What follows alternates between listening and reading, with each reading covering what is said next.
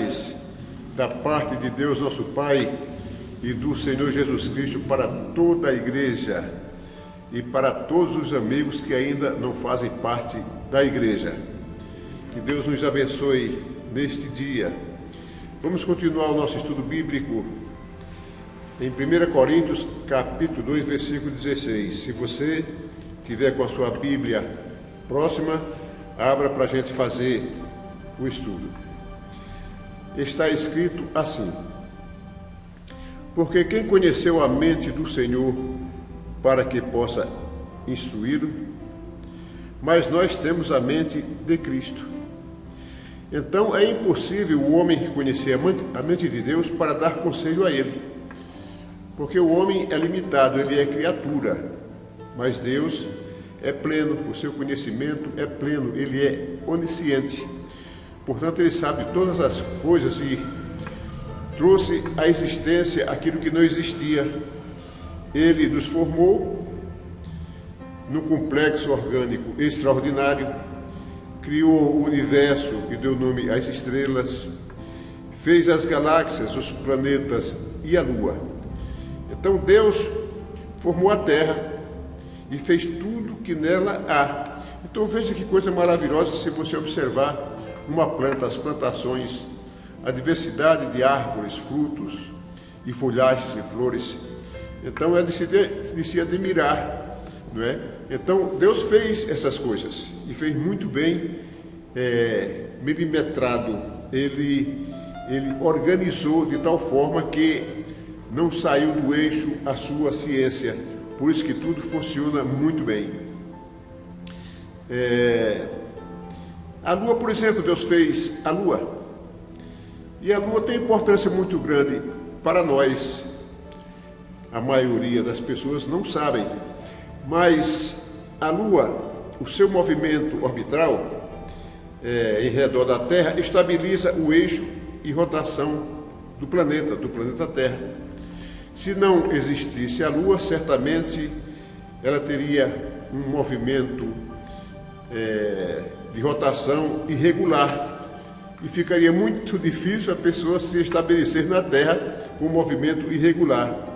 E se a Lua desaparecesse, haveria mudanças climáticas, e se nunca tivesse existido, a vida teria sido muito difícil aqui na Terra. Então a Lua exerce força gravitacional sobre nós, eu não sabia disso. Movimenta as águas, provocando as marés altas, maré baixa. Segundo os especialistas, a Lua influencia a água do nosso corpo, influencia o nosso humor e também influencia o nosso comportamento. Já ouvi muitas vezes os antigos falarem assim: olha, cuidado em cachorro doido, porque nós estamos na lua cheia, né? Então certamente a lua exerce influência sobre os animais também, e nós não sabíamos. Então Deus fez a lua para quê? Simplesmente para iluminar a noite? Não, para dar o equilíbrio ao nosso planeta Terra. Ela tem uma importância muito grande. Então, conforme eu disse, Deus é onisciente, Ele tem conhecimento pleno. E quem conheceu a mente do Senhor para dar-lhe conselho? Para dizer: Deus, o Senhor fez a lua, mas se eu fosse o Senhor, eu teria feito diferente. Uma lua quadrada, ou então triangular, ficaria melhor. Né? Quem tem essa condição de dar opinião a Deus sobre as coisas criadas, dada a perfeição de todas as coisas que Ele formou? Vamos ler Romanos capítulo 11, versículo 33 e 34. 11, 33 e 34. Fala assim, veja: ó profundidade das riquezas, tanto da sabedoria como da ciência de Deus. Isso que eu relatei superficialmente aqui sobre a capacidade, a totalidade do conhecimento de Deus em todas as áreas da ciência, da matemática, da letra, da pedagogia, da geografia, da física, química, biologia, engenharia, de todas as áreas, da medicina, da botânica. Em todas as áreas o Senhor tem conhecimento, mas completamente, perfeitamente. Mas nós não nos especializamos em uma área e às vezes temos dificuldade e passamos o tempo inteiro pesquisando para poder trazer novas informações para os nossos alunos e também para o povo em geral.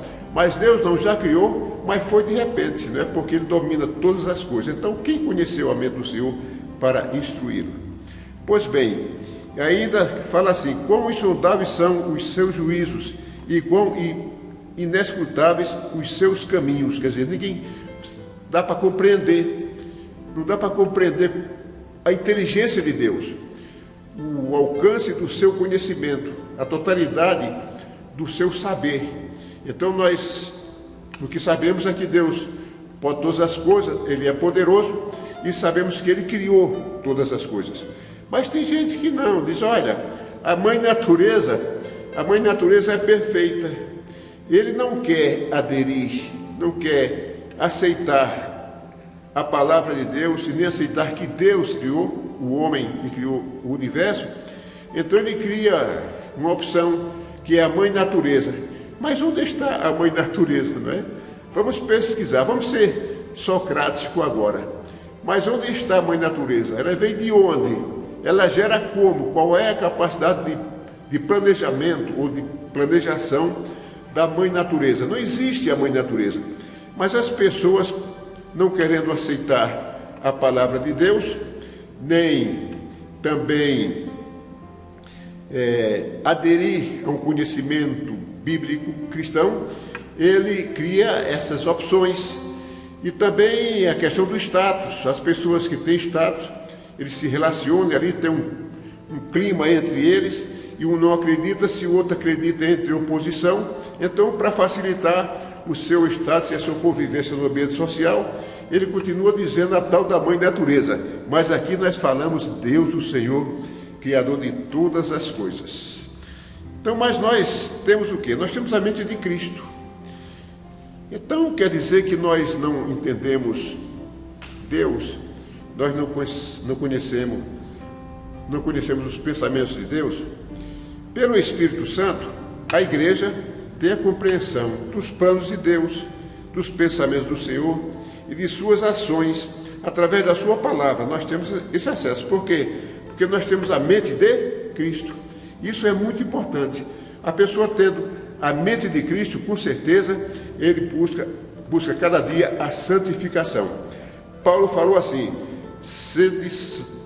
sejam meus imitadores como eu sou de Cristo. E Deus falou na sua palavra: sede santo como eu sou santo. Para eu ter a mente de Cristo, eu tenho que me separar do pecado, porque senão não teria a mente de Cristo. Porque difícil é o homem ter a mente de Cristo e pecar ao mesmo tempo com Cristo e tudo junto.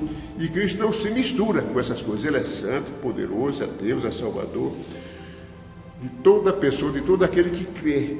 Portanto, para eu ter a mente de Cristo, eu tenho que me separar, me esforçar para me separar do pecado. Então nós já lemos Romanos 11, 33 e 34. Vamos ler agora Isaías 40, capítulo 40, versículo 13 e versículo 14. Vamos ver o que está escrito. Veja como a Bíblia, ela se comunica perfeitamente, porque ela foi inspirada pelo Espírito Santo, não é? Então, nós vamos ler Isaías 40, 13 e 14. 13. Quem guiou o Espírito do Senhor? E que conselheiro o ensinou? Veja que Isaías escreveu esse livro por volta do ano 700 a.C. E Paulo escreveu Romanos no ano 56, 60, 65 a.C. Eu não tenho uma data exata, agora não gravei. Então, repetindo o versículo 13 de Isaías, fala assim: quem guiou o Espírito do Senhor e que conselheiro o ensinou? Ninguém ensinou a Deus, porque Ele é a fonte de todas as coisas, não é? Então nós devemos nos curvar diante dEle, porque nós viemos dEle, por Ele e para Ele. E para Ele. Com certeza vamos nos apresentar a Deus um dia. E se a pessoa se ausenta de Deus e entra nessa da mãe natureza, ele vai se apresentar de Deus e explicar por quê, né? Onde está essa mãe natureza, né? E tantas outras coisas, né? Ele terá um julgamento. A igreja não terá julgamento, não será julgada, porque a igreja já é livre e salva pelo Senhor Jesus Cristo. E o versículo 14 fala assim: com quem tomou conselho para que lhe desse entendimento, Então, com quem Deus tomou conselho? Deus perguntou alguma coisa a alguém? Não.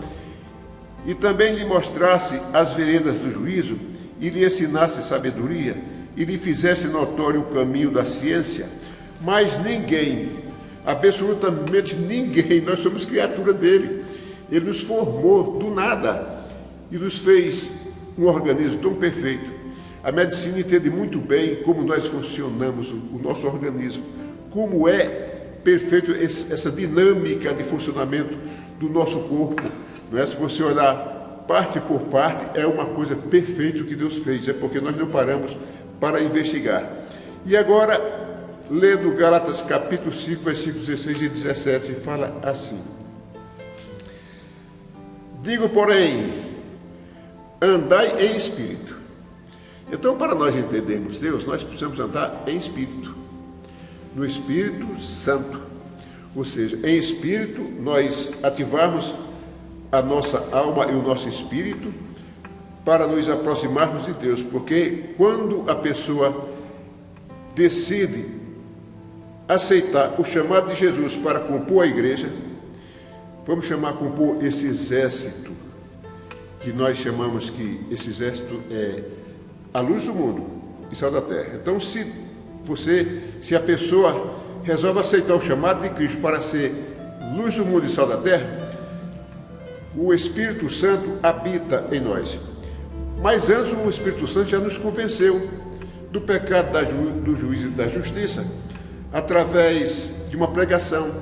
Alguém fala de Cristo, alguém fala da palavra de Deus, alguém dá um conselho, e o Espírito Santo começa a trabalhar na mente da pessoa, e a pessoa resolve decidir aceitar o chamado de Cristo para fazer parte da igreja, que eu posso chamar agora deste exército, que eu chamo que é a luz do mundo e o sal da terra. Então, o apóstolo Paulo fala assim: andai em espírito, e não cumprireis a concupiscência da carne, ou seja, o pecado. Larga o pecado. O pecado é como uma nódoa. Ele atinge a alma, o sentimento, e faz registros mentais. E fica na história da pessoa, e a pessoa se reporta aquele tipo de pensamento e às vezes fala, contando vantagens sobre o seu pecado. Por exemplo, o pecado da prostituição, que é o que está aí girando na terra. E ele conta que fez isso, que fez aquilo, e conta como vantagem. Isso é um pecado diante de Deus. Essa pessoa não tem ainda a mente de Cristo. Ele não tem o Espírito Santo. Mas o Senhor veio na cruz do Calvário para salvar e libertar todo aquele que crê. Não depende se o pecado é pequeno, se o pecado é grande, mas se a pessoa crê no Senhor, Ele limpa aquele pecado através da justificação. Ele nos justifica diante de Deus. Uma vez que o Senhor Jesus Cristo nos justifica diante de Deus, está justificado. Porque Deus deu nós para o Senhor Jesus Cristo, e Ele morreu na cruz do Calvário para nos salvar por amor. E esse amor é uma coisa extraordinária, é o amor de Deus. Deus amou o mundo de tal maneira que deu o seu Filho Jesus Cristo para salvar todo aquele que crê.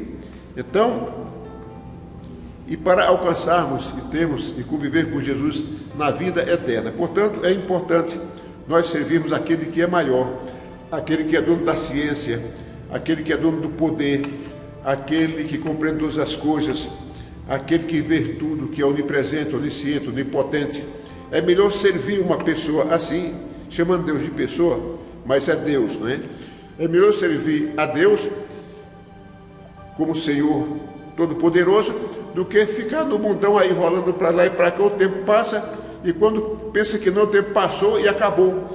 E nós envelhecemos e ficou para trás como poeira a nossa estrada, aquilo que nós fizemos. Então, o pecado deixa registros mentais. Então nós devemos estar livres dessas nódoas, desse pecado, para que nós possamos ter a mente de Cristo, substituir essas coisas pela mente de Cristo em nós, para que nós possamos ter vida eterna com o Senhor Jesus. E seguindo aqui o versículo 17 fala assim: porque a carne cobiça contra o Espírito, e o Espírito contra a carne, e estes opõem-se um ao outro, para que não façais o que quereis. Então, existe um conflito mesmo. O pecado está à porta, ele bate, mas bate na porta da mente, bate na janela da mente. Se é que a mente tem janela e tem porta, mas vamos falar assim para a gente entender. Fica batendo na nossa memória, na nossa mente, e às vezes nos surpreende com pensamentos involuntários. Eu tenho falado muito isso, pensamentos involuntários. Nós devemos rejeitar isso e não dar muita asa não, porque quando a gente dá asa para o azar, a coisa fica pior. Então nós devemos rejeitar esse tipo de pensamento e buscar sempre a santificação. E nós sabemos que há uma guerra mesmo, um conflito entre o nosso organismo, sentimento, mente, alma e o Espírito. O Espírito está em nós, o Espírito Santo. Nós sabemos que ele é maior, ele prevalece, ele domina, porque nós resistimos o pecado por causa da influência e o poder do Espírito Santo em nós. O Espírito Santo, ele nos prepara, ele nos convence, ele nos aconselha e nos encaminha a Cristo. Encaminhado a Cristo, nós teremos a mente de Cristo, do Senhor, e reconhecemos o seu sacrifício vivo para salvar todo aquele que crê. O derramamento de sangue do Senhor Jesus Cristo da cruz do Calvário doeu, porque o Senhor estava ali como homem. Jesus Cristo, homem, foi sacrificado como homem e não como Deus. Conforme eu tenho falado, se ele estivesse ali como Deus, aquela cruz teria se despedaçado, os soldados desaparecidos do mapa, as pessoas, ninguém sabe onde iam parar, porque com Deus não se brinca. Mas ele estava ali como homem, né? Até que ele morreu e ressuscitou como Deus. Uma coisa extraordinária essa mutação que Deus fez por causa de nós, porque nós andávamos vagando, né, por aí sem saber aonde íamos parar no futuro. E tem muita gente ainda assim, mas eu falo que é a maioria que não sabe o seu futuro na vida eterna. Ele não faz investimento na vida eterna, ele não empreende na vida eterna. Então vamos nos preparar para que nós possamos estar com Jesus naquele dia glorioso, porque o tempo vai passar. A pessoa nasce, a criança, tem criança que fica no caminho, adolescente fica também, uma pessoa de meia idade também fica, mas de qualquer forma, se a pessoa não ficar, vai envelhecendo, as células vão morrendo e a pessoa também, até desaparecer, né, desta terra e transportar-se para o ambiente espiritual. E esse ambiente espiritual é importante que o homem esteja sempre com Deus, para que possa gozar eternamente da presença do Senhor. E ali não haverá dia, nem noite, nem dor, nem choro, nem fome, nem mazela. Ali não tem más conversações, não tem fofoca. Ali não tem absolutamente nada, porque o Senhor limpou a nossa memória. E ali nós teremos corpo glorificado com o Senhor. Portanto, essa guerra que há entre a carne e o espírito é aconselhável que nós tomemos uma posição para evitarmos o pecado, porque ele mancha, ele maltrata, ele envergonha, ele atinge a moral da pessoa, ele traz aflições. Tem graus, em graus diferentes. Tem pessoas que têm graus mais profundos, outros menos profundos, mas em graus diferentes o pecado ele aflige a pessoa, porque ele fica registrado na memória do homem. Portanto, vamos reservar a nossa memória para termos a mente de Cristo e fiquem com Deus.